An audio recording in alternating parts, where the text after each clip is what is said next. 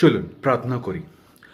আব্বা পিতা, আমরা আজকে এই সুন্দর সকালবেলা তোমার কাছে আসছি, আর খুবই মনে একটা ধন্যবাদ নিয়ে আসছি কি ঈশ্বর, আমরা তোমার সামনে এইভাবে প্রার্থনাতে আবদার করতে পারি কি তুমি আমাদের পিতা।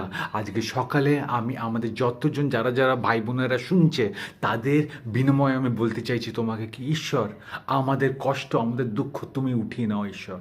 তুমি আমাদের টাকা পয়সা, আমাদের রিলেশনশিপ, আমাদের ফাইন্যান্সেস, আমাদের সব কিছু, আমাদের ভবিষ্য, আমাদের যা যা আছে, যা যা নিয়ে আমরা আজকে চিন্তা করছি ঈশ্বর, আমি আবদার করি কারণ যে আমার তোমার সাথে একটা ডিপ ওই রিলেশনশিপটা আছে, তোমার সাথে ওই আমার গভীর সম্পর্কটা আছে, আমি এটা চাইতে পারি ঈশ্বর।